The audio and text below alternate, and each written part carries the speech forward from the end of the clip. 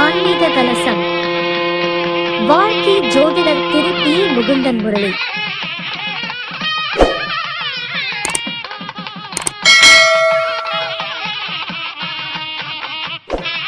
நான் ஒரு 20-25 வருஷமா இந்த ஜோதிட துறையில் இருக்கேன். இந்த ஜோதிட துறையில் இருந்து பலருக்கு பல வகையில் ஒரு நன்மை செஞ்சுட்டு வரேன், சிலருக்கு வழிகாட்டிட்டு வரேன். ஆனால் என்னுடைய கருத்தரங்கத்தை கேட்கறக்கு, நான் பேசுகிற கருத்தரங்கத்தில் நான் பேசுகிறத கேட்கறக்குன்னே பல நூறு பேர் எதிர்பார்த்துட்டே இருப்பாங்க. ஏன்னா நம்மளுடைய மாணவர்கள், நான் நிறைய ஜோதிட வகுப்படுத்திருக்கேன். அதனாலே மாணவர்கள் தொடர்ச்சியாக நீ எதிர்பார்த்துருப்பாங்க நான் பேசுகிற கருத்து கேட்கறக்குன்னு. இருந்தாலும் இப்போ நான் ஒவ்வொரு வாட்டியும் ஒவ்வொரு விதமான கருத்துக்களை சொல்கிறேன். அப்படின்னா அந்த திருமண காலம், குழந்தை பேர், அந்த திருமணம் நிலைச்சி நிற்குமா நிற்காதா, இப்படிங்கிற திருமணத்தை சம்பந்தமான விளக்கங்களை தான் அதிகமாக கொடுத்துட்டு வரேன். இது அதுக்காகவே நிறைய பேர் நம்மளை பார்க்குறாங்க, நம்மளை ஃபாலோ பண்ணுறாங்க. எளிமையான முறையில் நம்ம சொல்லித்தரோம். அது எப்படி அப்படின்னா, இப்போ அதுக்கு முன்னாடி என்னுடைய தாய் தந்தையரையும் நான் அன்றாடம் வணங்கும் சிவபெருமானையும் வணங்கி எனக்கு ஜோதிடம் கற்றுத்தந்த இங்கே உள்ள ஜோதிட ஆசிரியர்கள், ஜோதிட ஜாம்பவான்கள், ஜோதிட குருமார்கள், ஜோதிட மாணவர்கள், ஜோதிட ஆர்வலர்கள் அனைவருக்கும் என்னுடைய முதற்கண் வணக்கத்தை தெரிவித்து கொண்டு என்னுடைய அனுபவ கருத்துக்களை இங்கே கூற வந்திருக்கிறேன். அதாவது நான் படித்ததுலேயோ இல்லை எனக்கு ஆசிரியர்கள் சொல்லி தந்ததுலேயோ சரியான முறையில் அந்த திருமண காலத்துக்கு சரியாக வரலை. நானும் இந்த கேபி சிஸ்டம் படித்தேன், அதாவது நாடி படித்தேன், நிறைய இதில் போய் படித்தேன். ஆனால் இந்த கலியுக காலத்தில் திருமண காலங்கிறது மட்டும் குதிரை கும்பாட்டம் இருக்குது. அதை எல்லாருமே ஆணும் நல்லா படிச்சிருக்காங்க, பெண்ணும் படிச்சிருக்காங்க, ஆனால் நல்லா சம்பாதிக்கிறாங்க. ஆனால் திருமணம் மட்டும் ரொம்ப லேட் ஆகுது. அந்த காலத்துலலாம் 16 வயசுலேயே பெண்ணுக்கு திருமணம் பண்ணி வச்சாங்க, 16 குழந்தையும் கூட பெற்றுச்சு. இப்போலாம் 30-35 கூட திருமணம் நடக்க மாட்டேங்குது. அப்படியே நடந்தாலும் குழந்தை பேர் அமைய மாட்டேங்குது. அதுக்கெல்லாம் என்ன காரணம் அப்படிங்கிறதுக்காக நான் பார்த்தேன். அப்போ நிறைய நான் என்ன பண்ணேன், இந்த 1000 பேரை கொண்டாதான் ஒரு 1000 பேரை கொண்டாதான் ஒரு வைத்தியன் அப்படிங்கிற மாதிரி நான் ஆயிரக்கணக்கான ஜாதகங்களை ஆராய்ச்சி பண்ணி பார்த்தேன். இவங்களுக்கெல்லாம் எப்போ திருமணம் நடந்தது, அந்த திருமணம் நிலச்சி நின்றுதா, இவங்களுக்கு குழந்தை பேர் எப்போ அப்படிங்கிறதெல்லாம் ஆராய்ச்சி பண்ணி பார்த்தேன். எனக்கு ஆசிரியரை சொல்லி தந்த ரூல்ஸையும் பயன்படுத்தி பார்த்தேன். அதே மாதிரி இப்போ நிறைய புத்தகம் நம்ம செல்ஃபில் பார்த்தீங்கன்னா லட்சக்கணக்கான ரூபா செலவு பண்ணி செல்ஃபில் அடுக்கி வச்சுருப்பேன். அதெல்லாம் மேலோட்டமாக பார்த்த புஸ்தகம். ஆனால் அந்த புஸ்தகமெல்லாம் வாங்கி பார்த்தது அதெல்லாம் எனக்கு அடிப்படையாக தான் பயன்படுத்தே தவிர பலன் எடுக்கிறதுக்கு துல்லியமாக வரல. நான் குறை சொல்கிறேன்னு நினைக்காதீங்க. ஒவ்வொருத்தருக்கும் ஒவ்வொருத்தரும் ஒவ்வொரு வழியில் போவாங்க, அவங்களுக்கு சரியாக வருது. ஆனால் நான் பல நூறு ஜாதகங்களையும் பல ஆராய்ச்சிகளையும் பண்ணி பார்த்து சரியாக எனக்கு வரல. அப்போ நானே ஒரு வழியை சரியாக கண்டுபிடிச்சேன். அந்த கண்டுபிடிச்சது எனக்கு என் கூட இருந்தவங்க சொல்லுவாங்க, துரைசாமி ஐயா உங்கள் ரூல்ஸு கோல்டன் ரூல்ஸு, இது கடைசி காலத்தில் பின்னால் ஒரு காலத்துக்கு இது துரைசாமி ஐயா ரூல்ஸு அப்படின்னு பேர் வாங்க அப்படின்னு சொன்னாங்க. ஆனால் அந்த பேர் தான் இன்னைக்கு நமக்கு சோறு போட்டுட்டு இருக்குது. அந்த பேர் உலகம் முழுவதும் பரவி எனக்கு கிளைண்ட்டு நிறைய வராங்க. ஆனால் நிறைய ஜோதிடர்கள் 20 வருஷமாக படித்து ஜாதகம் பார்க்குற ஜோதிடர்கள் கூட என்கிட்ட அந்த சூட்சுமத்தை எளிமையாக தெரிஞ்சுட்டு போகிறாங்க. ஆனால் ஒவ்வொரு கருத்தரங்கத்துலேயும் நான் ஒளிவு மறை இல்லாமல் போட்டு உடைக்கிறேன், என்னுடைய அனுபவ கருத்துக்களை போட்டு உடைக்கிறேன். அதை இப்போ ஓரளவுக்கு, அதாவது நான் எங்கே போய் பேசினாலும் ஒரு போர்டெல்லாம் பேச மாட்டேன். இங்கே போர்டு இருக்குது, போர்டு வச்சு பேசினா லேட் ஆகும். இங்கே நிறைய பேர் இருக்கிறதுனால நான் போர்டு பேசலை. ஏன்னா எனக்கு எங்கள் அப்பா சொல்லி தருவார், அதாவது துவைக்காத துணி வெளுக்காது, கிளறாத சோறு வேகாது, சீவாத தலை படியாது, அதனால ஒரு விளக்கமில்லாத உரை வீணா போகுண்டா அப்படின்னு சொல்லுவார். அதனாலேயே நான் ஒவ்வொரு கருத்தரங்கத்துக்கு போனால் ஒரு 2 ஜாதகம் 4 ஜாதகமாக போட்டு விளக்கத்தோடு அங்கே புரிய வைப்பேன். அதுக்காகவே நம்மகிட்ட எதிர்பார்ப்பாங்க. இருந்தாலும் நம்ம அரைச்சமாவே திருப்பி அரைக்க போகிறது தானே அப்படிங்கிறதுக்காக நான் இன்னைக்கு விளக்கத்தை கொடுக்கல. அதான் புதுசாக யார் பார்க்க போகிறாங்க, நான் பேசுகிறத ஜோதிடர்கள் மட்டும் இல்லை, ஜோதிட ஆர்வலர்கள் மட்டும் இல்லை, இந்த குழந்தைய திருமண காலத்தில் வச்சிருக்கிற ஆணாக இருக்கட்டும் பெண்ணாக இருக்கட்டும் வச்சிருக்கிற பேரண்ட்ஸு கூட பார்த்து அவங்களே ஐயா சொன்ன மாதிரி இப்போ சுக்கரதிசி நடக்குதுங்க, பையனுக்கு கல்யாணம் ஆயிரும் இல்லைங்க, இப்போ குரு புத்தி வந்துருச்சுங்க, திருமணம் ஆயிரும் இல்லைங்க, இல்லைங்க இன்னும் குரு புத்தி வரலைங்க அப்படின்னு சொன்னால் இல்லைங்க நாங்கள் பார்த்தோம் இல்லைங்க அப்படிங்கிறாங்க. ஏன்னா அந்த கம்ப்யூட்டர் ஜாதகத்தில் இருக்கிறதால அவங்களே பார்க்குற அளவுக்கு வந்துட்டாங்க. ஜோதிடர் இல்லை, சாதாரண பொதுமக்களே ஜாதகம் பார்க்குற அளவுக்கு வந்துட்டாங்க. அதனால அவங்க திருமண காலமாக ஊர்ஜிதம் பண்ணுறதுக்கு நம்மக்கிட்ட கேட்குறாங்க. சரி, நம்ம சொல்ல வேண்டிய விஷயத்துக்கு வருவோம். அந்த திருமண காலம் அப்படின்னா நான் என்ன பண்ணுறேன், அதாவது எனக்கு சொல்லித்தந்த ஆசிரியர்களோ புஸ்தகமோ என்ன சொல்லி தந்தது, 7ஆம் இடத்தை பார், 7ஆம் அதிபதி பார், சுக்கிரனை பார், செவ்வாயை பார், அதாவது கலத்திரக்காரர்கள். இதெல்லாம் எனக்கு சுத்தமாகவே சரி வரல. ஏதோ 1-2 ஜாதகத்துக்கு வேணால் வந்ததை தவிர என்னுடைய அனுபவத்தில் எந்த ஜாதகத்துக்கு முழுமையாக வரல. ஒரு ரூல்ஸ்னால் எல்லா ஜாதகருக்கும் எல்லோருக்கும் கரெக்டாக ஒரே ரூல்ஸ் வரணும். அதுக்கு பேர் தான் கோல்டன் ரூல்ஸ்னு இங்கிலீஷில் சொன்னாங்க. தமிழில் பொன்னான ஒரு சூட்சம விதி அப்படின்னு அர்த்தம். அந்த சூட்சம விதியை நான் ஓப்பனாக இன்னைக்கு சொல்லித்தரேன், எல்லாத்துக்குமே சொல்லித்தரேன். நீங்கள் இங்கே உள்ள ஜோதிடர்கள் எல்லாருமே திருமணமானவன், எல்லாருமே குழந்தை உள்ளவங்க. அப்போ அவங்கவுங்க ஜாதகத்தில் பாருங்கள், நான் சொல்கிற ரூல்ஸ் ஒப்பிட்டு வருதா இல்லை நீங்கள் படித்ததும் ஒப்பிட்டு வருதான்னு பாருங்கள். அதாவது நான் திசை புத்தி அடிப்படையில் தான் ஒருத்தருக்கு திருமணம் நடக்கும் அப்படின்னு என்னோட அனுபவத்தில் நான் கண்டுபிடிச்சேன். அப்போ அந்த திசை புத்தி சம்பந்தப்படுறது லேட் ஆச்சுன்னா லேட்டாக திருமணம் நடக்கும், சம்மந்தப்படையிலன்னு திருமணம் இல்லை. ஒரே வார்த்தையில் பார்த்ததுமே ஒரு நிமிஷம் சொன்ன மாதிரி ஒரு அதாவது அனுபவம் ஆயிடுச்சுன்னா ஒரு நிமிஷத்தில் சொல்லிட்டு போயிடலாம் இவருக்கு திருமணம் உண்டா இல்லையா. அதே போல் நான் என்கிட்ட வர கிளைண்ட்டுகளை பார்த்துட்டு நான் சொல்லுவேன், இது ஏற்கனவே இந்த வருஷத்தில் இந்த மாதத்தில் திருமணம் நடந்திருக்கணுமே, அது நினச்சிருக்காதே அப்படின்னு சொன்னால், ஆமாங்க அது டைவர்ஸ் ஆயிடுச்சுங்க, இப்போ 2வது திருமணத்துக்கு கேட்குறேன். அது முதலையே சொல்ல வேண்டியது தானே, நாங்களாம் கேட்டால் தான் சொல்லுவீங்களா அப்படின்னு நம்ம அப்போ நம்ம ஜாதகம் பார்க்கும்போது இவங்களுக்கு திருமணம் ஆயிடுச்சா இல்லையா, அவங்களுக்கு குழந்தை இருக்குதா இல்லையா அப்படின்னு நம்ம பார்த்துடலாம். இல்லை அது எந்த அடிப்படையில் நம்ம பார்க்குறோம் அப்படின்னா, அதாவது நான் திசை புத்தி அடிப்படையில் தான் எடுக்கிறேன். அதாவது என்னென்னு பிறந்த ஜாதகம், அதாவது பிறந்த திசை புத்தியிலிருந்து நீங்கள் ஒவ்வொரு திசையாக எடுத்துகிட்டு வாங்க. எடுத்துட்டு வரும்போது 9ஆம் இடத்துக்கு எந்த கிரகம் சம்பந்தப்படுதோ அந்த திசையில் தான் அவங்களுக்கு திருமணம் நடக்கும். நான் 7ஆம் இடத்தை எடுக்கிறதில்ல, 7ஆம் அதிபதி எடுக்கிறதில்ல. அப்போ உங்கள் ஜாதகத்திலேயே உங்களுக்கு திருமணம் நடந்தது 9ஆம் இடத்துக்கு சம்மந்தப்பட்ட திசையான இப்போவே நீங்கள் நோட் பண்ணி பாருங்கள். எல்லாருமே ஜோதிடர் தானே, இல்லைன்னா நான் வேணால் நிரூபித்து காட்டுறேன். அதாவது 9ஆம் அதிபதிக்கு சம்பந்தப்பட்டிருக்கணும், இல்லை 9ஆம் அதிபதி கூட சேர்ந்திருக்கணும், இல்லை 9ஆம் அதிபதி சாரம் வாங்கியிருக்கணும், இல்லை 9ஆம் அதிபதியாவது திசாநாதனுடன் சேர்ந்திருக்கணும், இல்லை 9ஆம் அதிபதியாவது திசாநாதனோட சாரம் பெற்றிருக்கணும். இப்படி ஏதாவது ஒரு வகையில் 9ஆம் இடம் சம்பந்தப்படாமல் அவங்களுக்கு திருமணம் இல்லை. இது ஆணித்தரமாக சொல்கிறது, அனுபவபூர்வமாக சொல்கிறது. அதனால் எல்லாருமே ஆராய்ச்சி பண்ணி பார்த்து ஐயா அருமையாக இருக்குது அவங்க விதி அப்படின்னு கேட்டுப்பாங்க.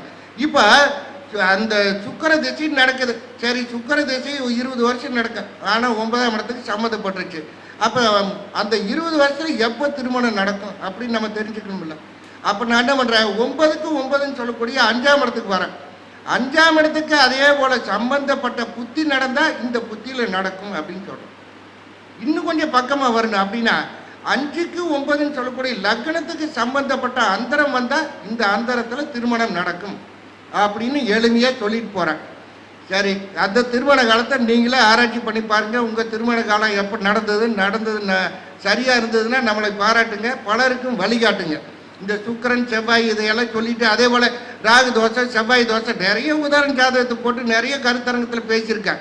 இந்த செவ்வாய் தோசை இருந்தால் திருமணம் இல்லையா, ராகு தோசை இருந்தால் திருமணம் நடக்கலையா, சுக்கிரன் நீச்சமான திருமணம் நடக்கலையா, செவ்வாய் நீச்சமான திருமணம் நடக்கலையா, அதெல்லாம் இல்லைங்க. அவன் திசை புத்தி சம்மந்தப்பட்டதுன்னு நடக்குது. அதே சம்மந்தப்படையில் ஒன்றும் இல்லை. ராகுல் காந்தி ஜாதகத்தும் கூட ஒரு வாட்டி போட்டு விட்டேன். அவருக்கு வசதி இருக்குது, படிப்பு இருக்குது, நிறைய சொத்து இருக்குது, ஆனால் அவருக்கு 60 வயசாக போது இன்னும் கல்யாணம் ஆகலை. அப்போ அவருக்கு அந்த திசை சம்மந்தப்படலை, கல்யாணம் ஆகலை. அப்போ பொருளாதாரத்தை பார்த்து திருமணம் வர்றதில்லை. ஒவ்வொருத்தனுக்கு படிப்பே இல்லை, அவனுக்கு கல்யாணம் ஆகுது. ஒவ்வொருத்தனுக்கு சொத்தே இல்லை, அவனுக்கு கல்யாணம் ஆகுது. இங்கே லட்சக்கணக்கில் சம்பாதிக்கிறாங்க, மாதக்கணக்கில் கோடிக்கணக்கில் சொத்து இருக்குது, கல்யாணம் ஆக மாட்டேங்குது. அப்போ இதுக்கெல்லாம் காரணம் என்ன, அந்த திசை புத்திகள் சம்பந்தப்பட்ட திருமணம் நடக்குது. சரி, அதுக்கு அடுத்தது குழந்தை பேர். குழந்தை பேருன்னா நான் படித்ததில் 5ஆம் இடத்தை பார், 5ஆம் அதிபதி பார், குருவை பார், இதைத்தான் சொல்லி தந்தாங்க. ஆனால் நான் எடுத்ததில் ஏதாவது 1-2க்கு வேணால் வருதே தவிர எதுக்குமே சரியாக வரல. அப்போ நானும் ஒரு ரூல்ஸை கண்டுபிடிச்சேன். லக்னத்துக்கு சம்பந்தப்பட்ட திசை நடந்தால் தான் குழந்தை பேர். எல்லாருமே இங்கே குழந்தை உள்ளவங்க தான், குழந்தை இல்லாதவங்க இல்லை. அவங்கவுங்க ஜாதகத்தை உடனே நோட் பண்ணி பாருங்கள். உங்கள் ஜாதகத்தில் அதான் லக்னத்துக்கு சம்பந்தப்பட்ட திசை நடக்கும்போது தான் குழந்தை உண்டாயிருக்கு. அதே மாதிரி திருமணம் 9ஆம் இடத்துக்கு சம்பந்தப்பட்டிருந்து தான் திருமணம் நடந்திருக்கு. அதே போல் அந்த திசாநாதன் லக்னத்துக்கு சம்பந்தப்பட்டிருந்தால் தான் குழந்தை பேர். அப்போ இன்னும் கொஞ்சம் பக்கம்னா 5ஆம் இடத்துக்கு சம்மந்தப்பட்ட புத்தி, 9ஆம் இடத்துக்கு சம்மந்தப்பட்ட அந்தரம், இதில் தாங்க உங்கள் குழந்தை பேர்.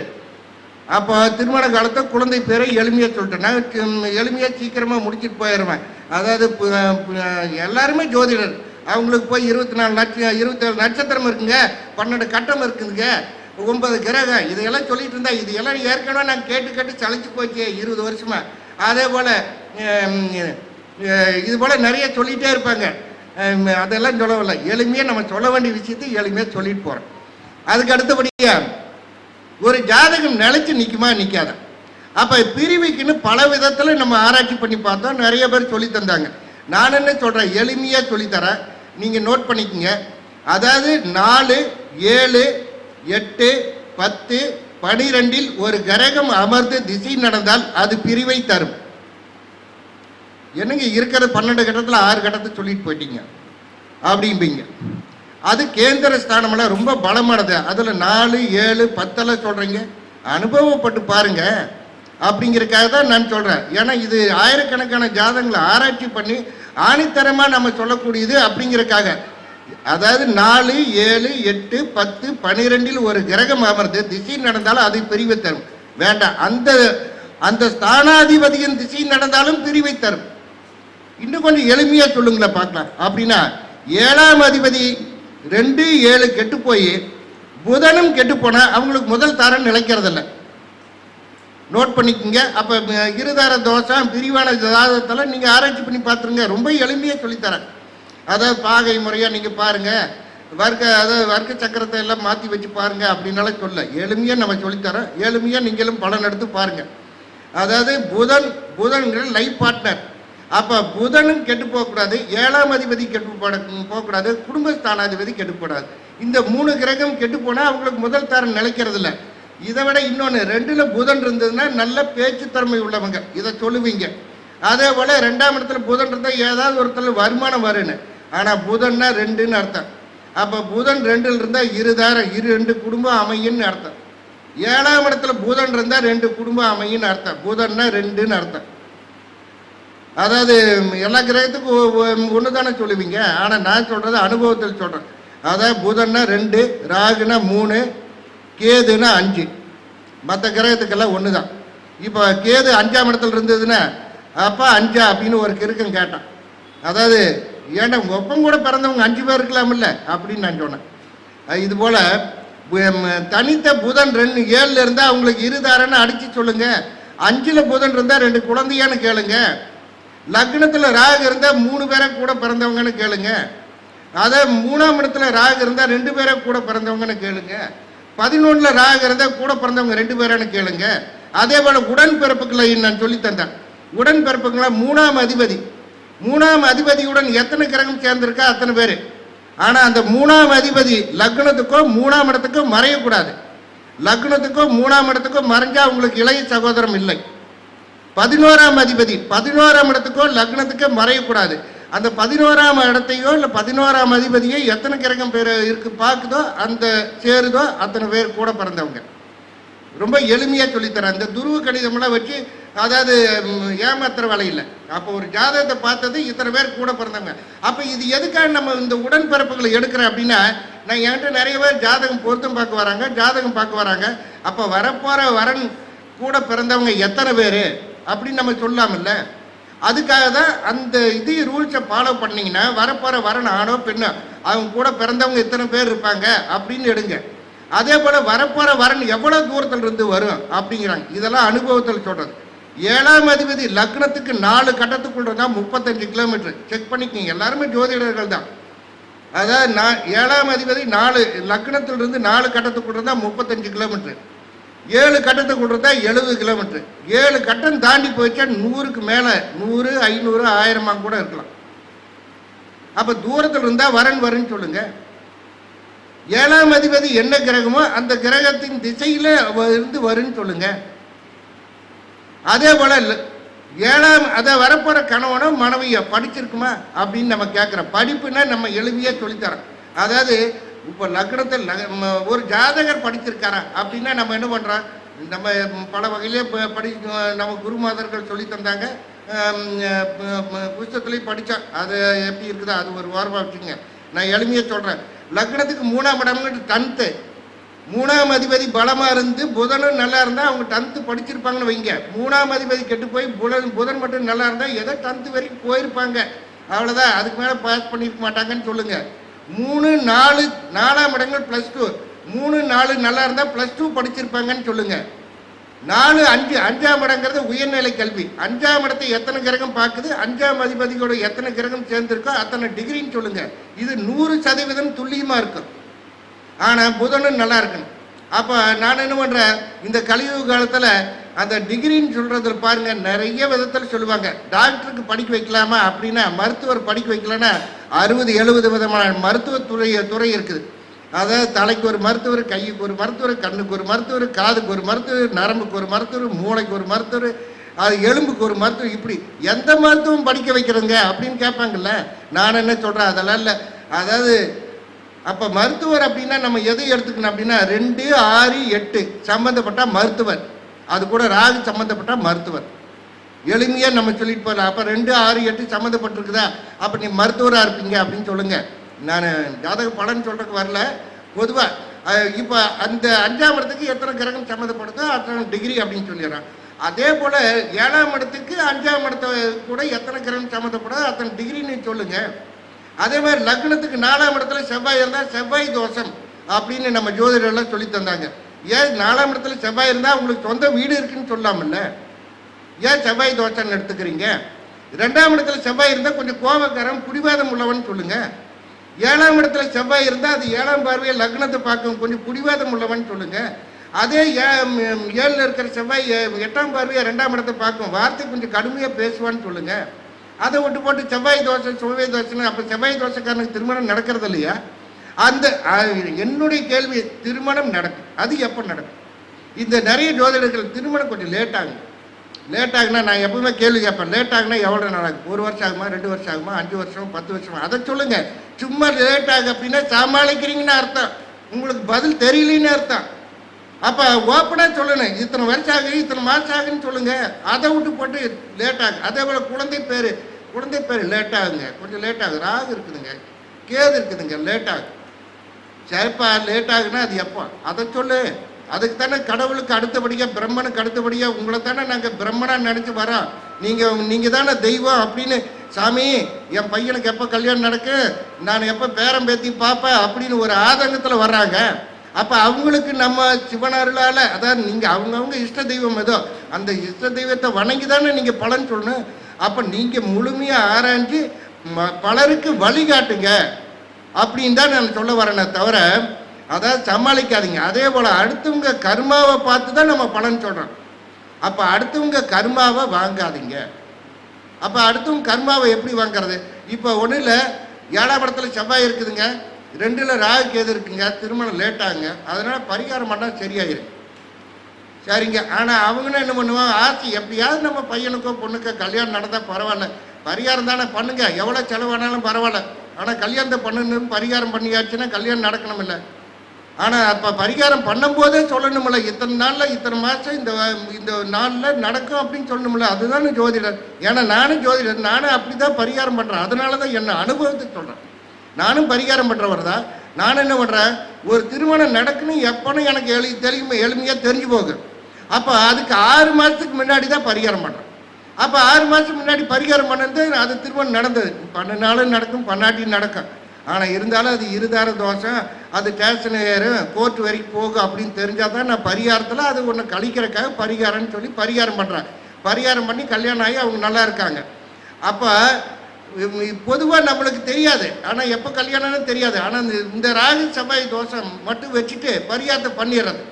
பரிகாரத்தை பண்ணிவிட்டு அவங்க கேட்குற காசை வாங்கி நம்மளுக்கு ஒரு 10 ரூபா செலவுக்கு அதிகமாக வச்சுறான் அப்படின்னு செலவு பண்ணிடுறது. ஆனால் அவன் ஒரு மாதமோ இல்லை 6 மாதமோ 1 வருஷம் போன பின்னாடி சாபம் விடுமானா? அப்போ அது நம்மளை தாக்குமா? அப்போ மற்றவங்க கர்மாவை பார்த்து பலன் சொல்கிற நம்மளுக்கு அந்த கர்மா வருமா?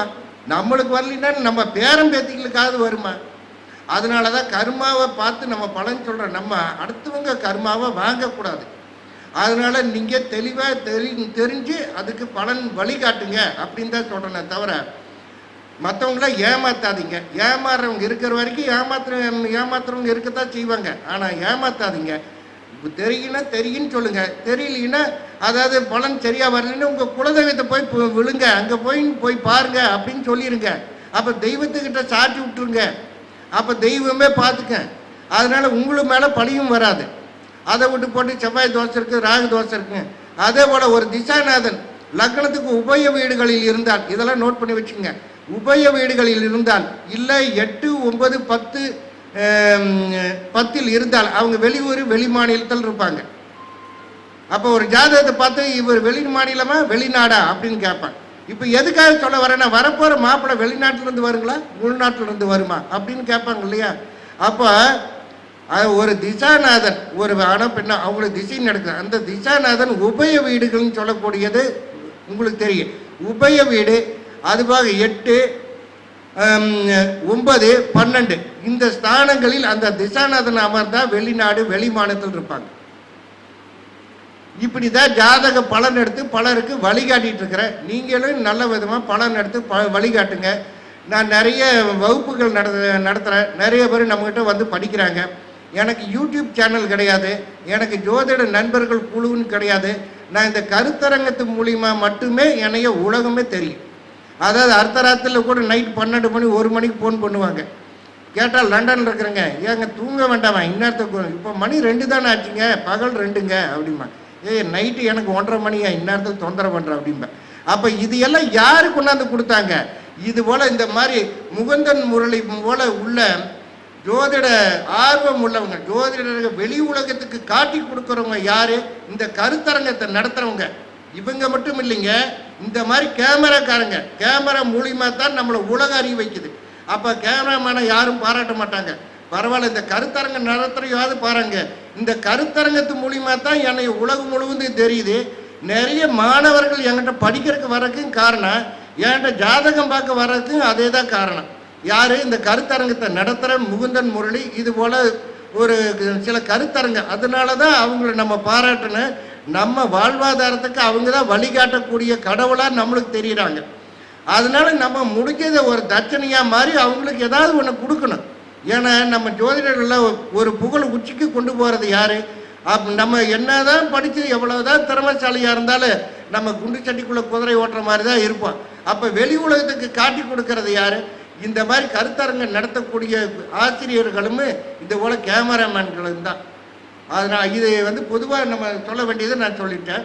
சரி, பரவாயில்ல. என்னுடைய உரையை கேட்டு இதுவரைக்கும் பொறுமையாக கேட்ட அனைத்து ஜோதிடர் ஆசான்களுக்கும், ஜோதிட குருமார்களுக்கும், ஜோதிட மாணவர்களுக்கும், எனக்கு பேச வாய்ப்பளித்த முகுந்தன் முரளி ஐயா அவர்களுக்கும் என்னுடைய நன்றியை தெரிவித்துக் கொள்கிறேன்.